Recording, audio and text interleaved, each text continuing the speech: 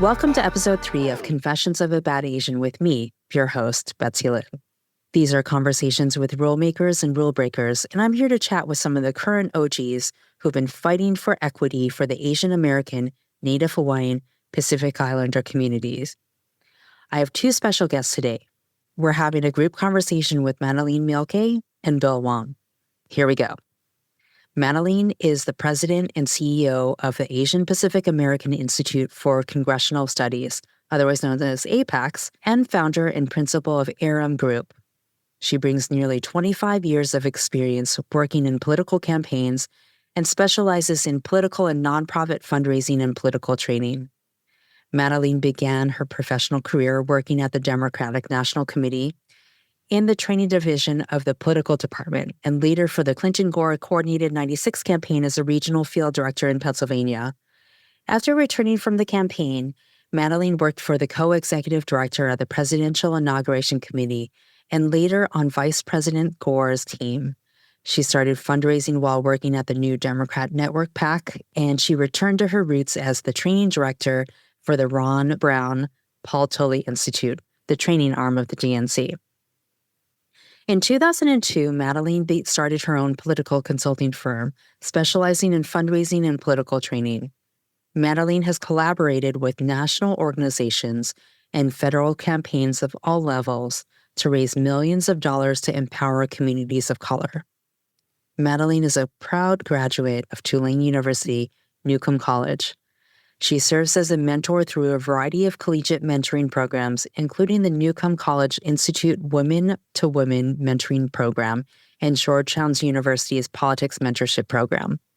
We're also joined by Bill Wong, who is an Amazon best-selling author of Better to Win, Hardball Lessons in Leadership, Influence, and the Craft of Politics, and an award-winning political consultant with over 30 years of experience. Bill is a co-founder of the Ronin Project and host of the Ronin Project podcast. He was the senior political advisor to California Assembly Speaker Anthony Rendon and political director for the California Assembly Democrats, where he managed a $25 million campaign cycle budget for 3 cycles and led efforts to elect the largest Democratic supermajorities in the Assembly in over 130 years. He has been included in Capital Weekly's Top 100 Power List from 2018 to 2021. As we know, in order to build the power that we want, we're going to need to be able to activate on so many different levels. And so I'm really glad that these 2 are here to talk about their personal story, to let you know what it looks like to work in the world as an operative and to work in the world of community. And if you're not familiar with what a good or bad Asian is, these 2 will help you. So let me actually ask the first question. When did you both decide to go into the world of politics? It's usually not the thing that I think most parents, especially growing up Asian, say, this is a great career for you and is going to be stable and give you all of the happiness in the world. So tell us about your role of how you found the path into politics. Madaline, let's start with you. Okay, well, thanks so much, Betsy, for having me. And I'm so honored to also be on this podcast with the fabulous Bill Wong. So thank you so much for that. I am a science and tech chick in the sense that I went to a science and tech high school, but then I also ran for student body president. And so that started really this career of understanding that civic engagement and politics and how people interrelate with one another was important. And then I went to college where I didn't study science or in tech and went into political science, which I don't use at all in my everyday life as a former political operative and now nonprofit executive. So I then became the vice president of my student body with an all-women executive leadership board in 1993 and at a school in New Orleans at Tulane University. And so for me, that was, again, another flashpoint in my life that just said, hey, I think I want to do this. It was also during the 92 campaign. It was like the year of the woman. It was all these different things that came about that I had this notion in my head that I really wanted to work in politics. And I volunteered on the 92 campaign. And then I graduated in 94, stayed in New Orleans for a year. And then I came back to DC and I grew up in Maryland. And so I said, I'm just going to volunteer at the DNC and see what happens. And I ended up getting hired by Heather Booth, the head of the training department at the DNC. And so my first real paid political job was at the DNC, one of the few Asian Americans who didn't do Asian American outreach. So I really took this moment to understand that I was at a place that I could learn a lot and really become, reach my goal of really being like a political operative and really understanding that I could have some value, bring value to people in a political sense.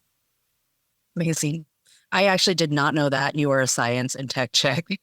So that's amazing. I came in third in the science fair. I was that girl. And your parents were proud of you then. Val, tell us about your story. How did you get into politics? First, let me say I bask in the greatness of you two. So I am completely unworthy. And my story will reinforce how unworthy I am because I decided to go into politics after failing introductory calculus for the third time at the university and then going down the course catalog to look for the major with the least amount of units to graduate. And that was political science. So that is why I'm here, is because I'm bad at math. So yeah, that is my unfortunate journey into politics, is just being bad at math and leading on my path to being a bad Asian because I can't count. So with votes, you do not account when it comes to votes. So that's just addition, subtraction, right? Yeah, you talk about advanced like solving equations and those types of things, like totally lost. Well, amazing. You say as a fundraiser, I only know how to add. You're like, no subtraction in this world. Only else's job. You spend it, I rate it. That's right. Love it. I love it. So there's still some science left over in politics, right? There's the science of political science. So we can latch onto that.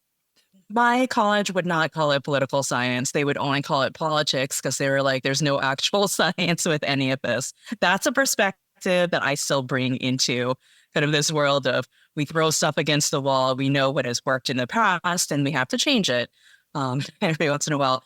Bill, you've also launched a couple of different things. You've launched the Ronin Project, and you, in particular, talk about bad Asians getting into good trouble. Actually, can you both actually talk a little bit about what it means to be a good Asian and what it means to be a bad Asian? I think a lot of this listenership is probably going to be pretty familiar with that, but there is also a subsection of folks who are like, what is a good Asian? What is a bad Asian? I think, it's my sarcasm to rage against this model minority myth of, this very uncontroversial, submissive, narrative of what Asian Americans are. So I kind of dedicated my life to be everything that was not. I mean, it's not the most healthy way to approach life, to be the antithesis of what everybody expects Asians to be. But I think that's what really drove me is to do everything that modern white society said I should be.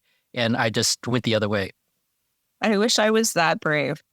I mean, I think in the sense of my work, I didn't really lead into my Asian identity until much later in life, and probably closer to, my 30s when I had already opened my own political consulting firm and realized that there weren't that many Asian American political consultants and who especially did fundraising to be able to make a difference in a way that said that, we could raise money and that we could also be political strategists and understand how our dollars can be used in a way to find Asian American voters and engagement. And so that's sort of the difference in my story, just because I feel like I got along with sort of, quote, the mainstream to learn the skill sets and then tried to use them to help the Asian American community. That's right. And you talked about your first job, your first paid job at the DNC was as an operative who didn't do API NH work, right? And I think that's really important to distinguish as folks are kind of growing into this world, especially if there are kind of new people to politics right now, new folks who are kind of getting into the world of politics. Can you talk a little bit about why that was important and how you've seen kind of that change happen over the, let's just say, last couple of years or last few years instead of actually putting actual time frames on that?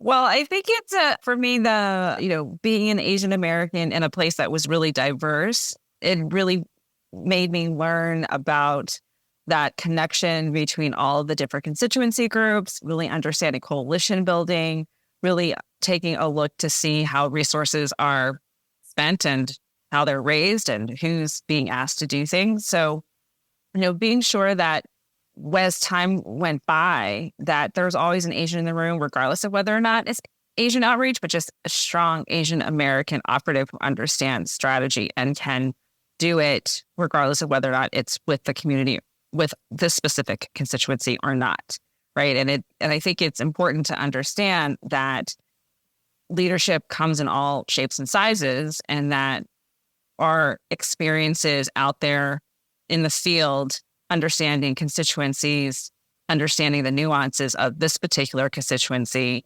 is just an added benefit to what we already know of how to do field, how to do fundraising, how to do communications, all those skill sets that are just important regardless. You can drop me somewhere and I can take a look at the district and understand what needs to be done to win. Just on like what we say, the campaign is a head and the heart. This is the head part. I can go look at the numbers. I can look at the demographics, look at all the different things and tell you a path to victory. And I'm just Asian, right? I think that just happen to be important. Yeah. So there doesn't have to be Asians in that district, but I understand like how politics works. Yeah, that's right. Billy. Yeah, I think it's super important. I think that, what Madeleine's experience brings to the table is real experience, whereas there's this actually hidden, pernicious, tokenized skill set that's out there where, as I was coming up, there were Asian Americans in this space that had a very limited skill set, but that was intentional in order for them to not upset the apple cart. And because you were limited in what you knew about how politics works, you could always get boxed in and marginalized in a campaign, but you would be the face of that kind of token, check the box type of thing. So if you come into a campaign with actual skills of knowing how to win races and being able to call when they feed stupid to your community or half-ass the outreach to your community, then you have the level of respect that you need from the broader campaign to not treat you like an idiot in these campaigns and be able to actually serve your community better. That's right. I'll just put myself in that category. I've moved around for a little while. How have you seen that change from when you first got into politics to where we are now? I know from a personal basis, I see more folks within the API NH community that serve in different levels of both government as well as advocacy, as well as labor and in political campaign world. I think that's super important, and that is in large part due to you two kind of leading the path in bringing people along with you as well as just doing the yourself. How do you see any changes between when you were baby organizers or baby fundraisers to where you are now, or baby ragers in terms of Bill? You want me to go first? I think that there's definitely a separation from this plantation mentality that we used to have. There were some that were definitely courageous, but there was definitely a population that really was seeking approval and seeking status instead of power. But now with the younger set out there, I mean, they're out there trying to make their own kills, which is great. I mean, I love it because of how aggressive they are, as opposed to trying to wait for somebody's approval or to fight for that one tokenized spot on a campaign. I mean, it's actually quite exciting to see the level of aggressiveness in our community now, and then that skill set. I mean, they're innovators. They're building their own businesses, starting their own consulting firms. They're not trying to be somebody else's second in charge or whatever. They're running their own firms, and it's great to watch. Yeah, it's great to see more political consultants who are hanging their shingles up, because, when I was doing this and I had my firm for 16 years, it's that feeling of not having others who can work with you, who look like us, just because of the fact that we're just good at what we do, right? And also when I look at my counterparts who are in other communities where they have their firms and they're getting their communities to become their clients and non-ethnic groups to be able to join their roster, that's an important, achievement, that it's just not white male consultants all the time. doing the work and getting preferred treatment on committees lists on who they should be working with. And so that to me is an important piece, is that, yes, we should be owning the relationships and the contracts that come from our community, but then also the contracts that are just across the board. That's right. And actually that leans into the next question. And Madeline, maybe you can talk a little bit about the work that you're doing as president and CEO of APACS now, which is actually like at that intersection of government and advocacy. I'm probably not putting enough of an emphasis on how important the work that you're doing is. So I want to give you the opportunity to talk about the work that you're doing as is it the second president ever? No. So luckily, they've had a lot of good women presidents before me. So thankfully, I'm not the first woman or even the second. Consciousness. Great. You're the second president of APEX in my consciousness. So you're doing amazing work and so incredibly important. Tell us about the work of APEX and why you decided to lean into that role.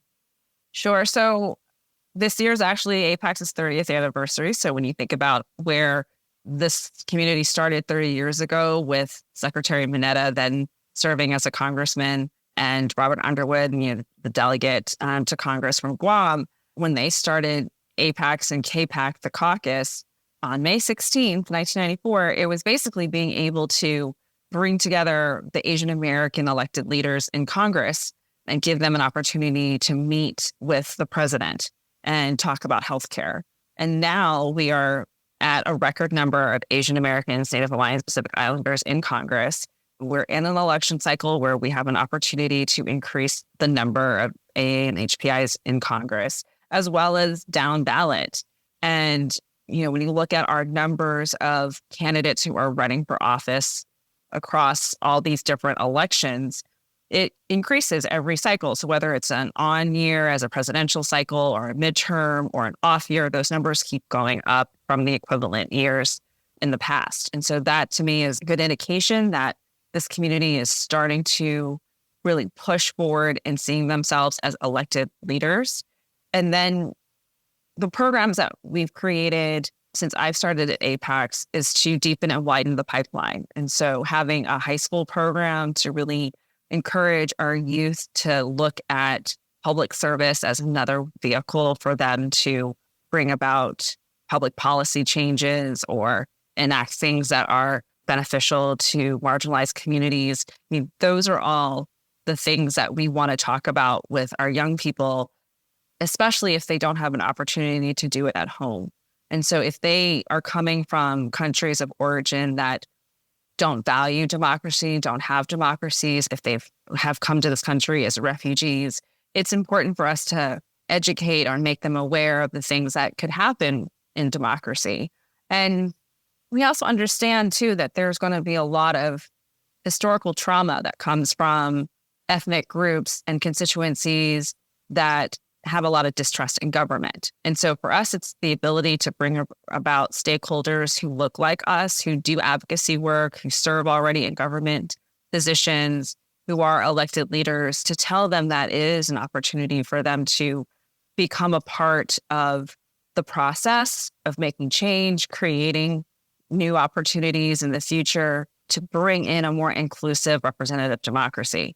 And so the work that we do is to do that across all stages of life, to encourage this in our communities that where statistically they are underrepresented, and to really encourage more AA and HPI women to become public servants. And so it's an industry that is not touted because you obviously don't make a lot of money. And this is definitely a sacrifice in terms of the service aspect. But just being able to showcase people who work in this industry hopefully will encourage and inspire people from across all walks of life to be a part of this process and to be very active citizens.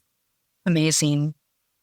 Bill, thank you so much for that. I actually think that's the first time I've heard you talk about the work at APEX with a lens of having been there for, is it 6 years now? 5 years? Did you just hit your 6-year anniversary? Yeah. Amazing. Just yesterday. And I hope that you feel like you're making an impact, because it definitely feels like that from this side of the work that you're doing, especially in raising awareness on the Hill and making sure that those connections exist, and that as we grow the number of members of Congress who look like us and who represent, a growing population across the nation, that there are resources to make sure that those folks have a place to go and exist and live and connect with folks without being able to take your hat off. Bill, you've worked with many an elected official as well. Your focus has been anyone who's a PINH in California, but then also elsewhere. Can you tell us about after going into the world of politics by falling into whatever the easiest course was, how you spent your career working on getting to know and how people can support elected officials who are diverse in nature? Phew, I don't know. I mean, one of the things we realized when I first got involved in politics, actually in the California state legislature, there was no API-NH representative in the state. There hadn't been for years. And it actually was 13 years before another one got elected. And it ended up being a Republican first. So it was about knowing that instead of just having these surrogates as staff, although the staff was amazing. I mean, people like Maylee Tom and Georgina Murr were amazing staffers. They couldn't necessarily do the same job as an elected official. So we knew we had to get more people in the pipeline. But one, it was having to change the mindset of, if you want a seat, you have to take it. Nobody gives you the seat.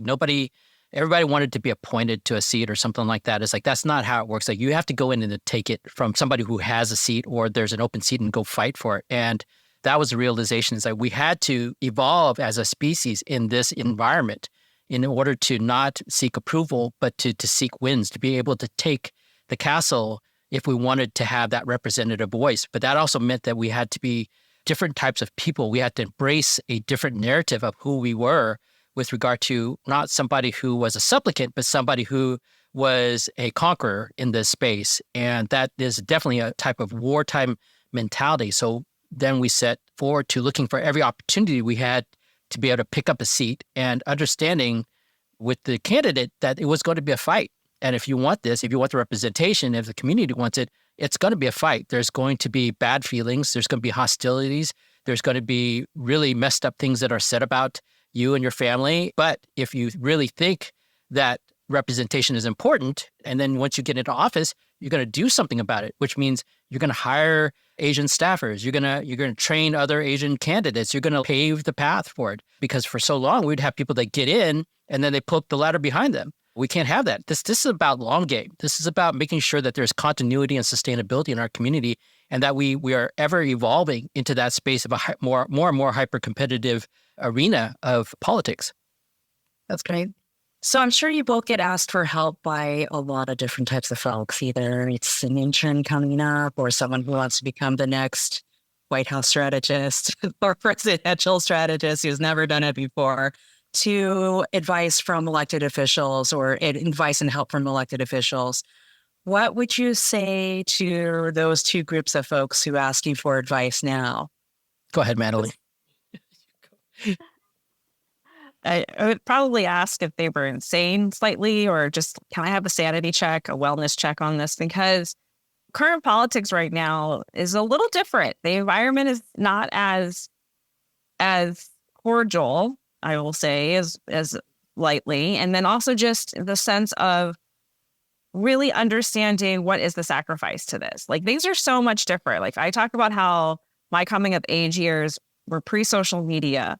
Now social media is just so all over the place that you are always just extra guarded. Your family's around you. As women candidates, there's a lot of threats that are prevalent in campaigns around their safety. So there's a lot of negative aspects to this work, and especially for people who are interested in becoming public figures with this work. So I really do encourage people to think about, what is it that you are willing to sacrifice or put away for a while to be sure that you do the job that you think will help to advocate for voters. And that's probably the hardest part, because I'm here to tell you that even though there are all these risks, the benefit of having you run for office is worth it. And I don't want people to walk into running for office with rose-colored glasses. I need them to be have an understanding of the practicalities of it and what does that mean for their schedules and for their lives and the people around them. And so just even outside of the how do you win this election is how do you just live your life as someone who's running for office and then someone who becomes an elected official. You have to have a thick skin. There's no doubt about that because there's so much criticism out there, whether warranted or not, that you have to face and you have to be okay with hearing negative things about you. And your family also just has to be comfortable with that because the anonymity of social media also just conveys just a bunch of things that may be from people who don't even live in your district, who don't, they're just there. And so you just have to kind of take everything with a grain of salt and understand that this is a part of the new reality. And so the practical parts of it is what I try to, remind people and also give them a sense that it's worth it at the end. That's great. I think I gave up on talking to candidates. I mean, honestly, if I had my choice, if a candidate came to me, I would just basically, what I would do is like, look, we're going to do naked and afraid. So I'm going to drop you in the middle of like some jungle and you get a stick and then I'll come back in 2 weeks. And if you're still there, then we'll run for office. Because most of these people have no idea what they're getting into. And they have like all these fantasies of being in the White House. They watch too much TV. And they think it's just going to be this transformative speech they're going to give at some town hall somewhere where 95% of the voters just don't give a shit. And a lot of it is just mechanics about out there grinding it out. And when they realize that, they don't want to play anymore. So, those people are kind of useless because if they do get elected to office by some chance of luck, they're not going to do anything. Luckily, I worked with a lot of candidates who were amazing. They're fearless and they were determined. They didn't have the healthiest, lifestyle, but because this was their life. And I love that. And working for them, I had no life either. But that was the great thing about it. I don't believe in work-life balance. I have no work-life balance. This is ride or die. So I'm kind of tired of talking to all the show ponies that want to just be patted on the back and be invited to all the parties. I hear you on that on so many different levels. And I think, I think this goes back to this idea that the world of politics has changed. The kind of the environment that we live in has changed. A lot of that has to do with social media. And then, of course, what we see happening by particular leaders. I think what you're both saying is that leadership does still matter and that folks who actually care about the values that we care about also matter and still is also part of the world that we strive for. I kind of want to take this in a slightly different direction now, which is to really talk a little more about families. I think there's a piece here that is intriguing to me, which is mostly around whether or not your parents approve of what you do. There's a bit of this good, bad Asian piece that I think I talk about with myself. I talk about it as I was a good Asian for the first part of my life, playing the piano and getting good grades. And then I got into the world of politics and lost a job at the end of every election cycle, which is normal, which immigrant parents don't really appreciate or think is healthy or stable. And did that for multiple years and multiple cycles before I became a chief of staff. And that's when I became a good Asian again. So they had the card that my parents could show their friends. And I think ultimately at the end of the day, they were just worried about making sure that I had enough to provide for myself. How has your relationship with your parents changed or not changed with the work that you have done? I think as I talk with up and coming or first time campaign managers and coach some people through this, we don't actually talk a lot about that. And that's actually a big part of like a support network for folks doing this type of work. So how's your relationship changed or not changed with your parents in this work? Do they care about what you do? Do they know what you do? Well, my mom used to always be, I live in about 30 minutes from my mom. And so, I usually see her every week. And so the election cycles that would come through, she would basically remember that I would not be around during that time period. So she got really used to not having me around. And in my current role, all I do is run around the country, just encouraging people to run for office. So my mom is basically very accustomed to me just not being around during election cycles and understanding that that's a part of my job and my identity. Of course, as a Asian mom, she always is making sure that I'm well fed and have getting enough rest or sleep or whatever it is.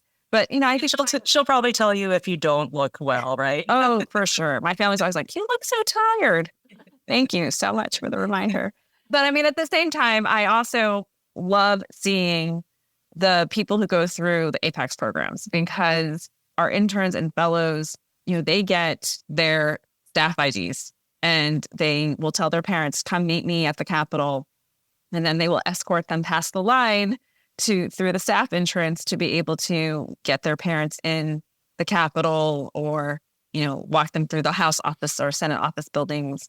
And for them, their experiences with their parents, I love it, because basically these people are now like, I am the age of their parents. And so it is that level of pride that their parents have for their kids that I get to see firsthand.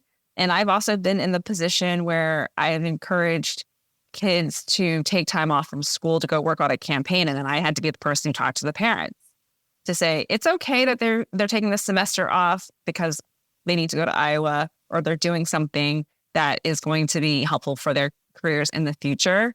And we're asking that they pause their education right now so that they can do that thing.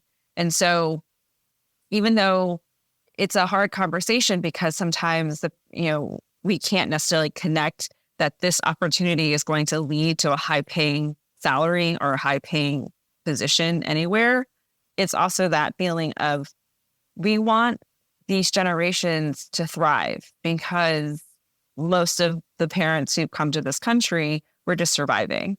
And so this gives these kids an opportunity to make their own choices, because that's what their parents really came to this country for, so that they weren't reduced to doing something that was because they needed to make money, but because they were also passionate about a topic, or they felt like this is something they really wanted to do and pursue.